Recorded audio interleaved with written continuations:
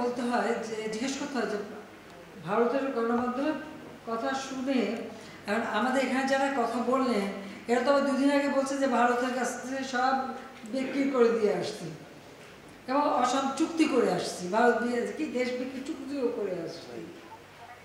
কোনটা ঠিক? আমার মেয়েকে ওরা দাওয়াত দিয়েছিল, ওদের মিনিস্ট্রি থেকে দাওয়াত পেয়েছিল, ওর যাওয়ার কথা। সে এসছে, সকালবেলা যাওয়ার প্রচণ্ড জ্বর ছিল, যেতে পারিনি আমার সাথে, এটা বাস্তবতা। এখন আমি একটা মা, ওই অবস্থায় মেয়েকে রেখে আমাকে চলে যেতে হয়। আমার যখন সমস্ত আনুষ্ঠানিক সমস্ত কর্মসূচি কিন্তু আমাদের শেষ হয়ে যায়। আমাদের কিন্তু 11 তারিখে এসে পৌঁছানোর কথা, আমরা 11 তারিখে এসেছি, হয়তো 11 তারিখ বিকেলে আসতাম, সে আমি আর্লি মর্নিংয়ে আসছি, মাত্র 5 ঘন্টা না 6 ঘন্টার ডিফারেন্স। তো এই 6 ঘন্টার মধ্যেই এত বড় তোলপাড় হয়ে যাবে, এটা তো বুঝতে পারিনি। আর তাছাড়া এটা আজকে নতুন না, আমরা যখন এর আগে ভারতে গেলাম, আমার তো 3 দিন না 4 দিনের প্রোগ্রাম ছিল।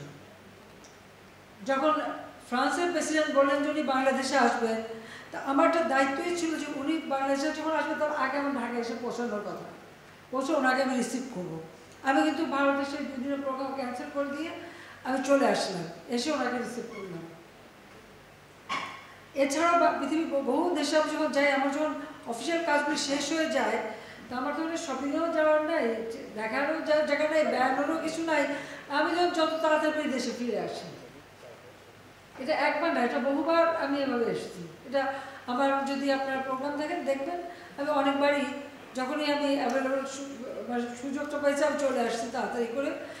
যাই না, আমার মনে হয় আমি দেশে ফিরে যাই। আর সেবার তো এসছি ওই কারণেই। তাও তো আমাদের, আমরা সব প্রোগ্রাম শেষ করছি 5টার মধ্যে কাজ শেষ, রাত 10টায় আমাদের ফ্লাইট। আমরা এখানে এসে পৌঁছলাম চীনের সময় রাত 2:30, আর 2 ঘন্টা আমরা মানে সময় পেলাম, আমরা আগে এসে পৌঁছালাম। টেইলউইন্ড ছিল, একটু তাড়াতাড়ি প্লেনটা চলে আসছে। এটা হলো বাস্তবতা। এটাকে এত রং চং মাখা এত কিছু বলা, তো যারা এইসব কথাগুলি বলে তাদেরকে যেন দেশবাসী একটু চিড়ে রাখে যে তারা এই ধরনের বানোয়াট কথাই বলে।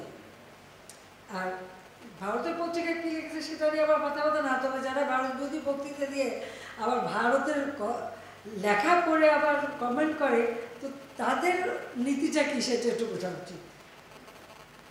একটু তাদের জিজ্ঞেস করি যে তাদের মন মানসিকতাটা কোথায়, কি। আমার সব কিছুই তো খারাপ, দেশটা ভালোই চলতেছে না, দেশ সর্বনাশ হয়ে গেছে। সর্বনাশ হয়ে গেছে না, আর মেট্রো রেলে চড়ে বসে বলে এটা সর্বনাশ, এটা কি বানালো। এক্সপ্রেসে দ্রুত চলে আসে, ওটাও তো খুব সর্বনাশের ব্যাপার। আজকে গ্রাম পর্যায়ে পর্যন্ত রাস্তা হয়ে গেছে, বিদ্যুৎ চলে গেছে, এটাও তো দেশের সর্বনাশ। আজকে গ্রামগুলি শহর হয়ে যাচ্ছে, গ্রামের মানুষগুলি নাগরিক সুবিধা পাচ্ছে, সেটাও তো দেশের সর্বনাশ তাদের দৃষ্টিতে। কমিউনিটি ক্লিনিক করে বিনা পয়সায় ওষুধ দিচ্ছি, তাদের দৃষ্টিতে ওটাও সর্বনাশ। কারণ মানুষ যত গরিব থাকবে, ওই দারিদ্রতা দেখাবে, বিদেশ থেকে ভিক্ষা করে এনে নিজেরা উদরপূর্তি করবে, আর গরিবই থাকবে। এটাই তো তাদের সময়ের কাজ, এবং এটাই তাদের আকাঙ্ক্ষা ছিল, এটাই তারা করেছে। দেশকে খাদ্যের স্বয়ংসম্পূর্ণ করা যাবে না, তাহলে খাদ্য ভিক্ষা চাওয়া পাবে না। এই মানসিকতা যারা, তারা ওরকমই চিন্তা করে। দেশের প্রতি বা মানুষের প্রতি এদের কোনো যদি এতটুকু দায়িত্ববোধ থাকতো, তাহলে এত কাজ করার পরেও যে কিছু দেখে না। চোখ থাকতে কেউ যদি অন্ধ হয়, আর কান থাকতে বধির হয়, আবার বলার কিছু নেই। মুখ আছে বলে যাচ্ছে, বলে যাক, ওটা না শুনলেই হলো। শুনলাম।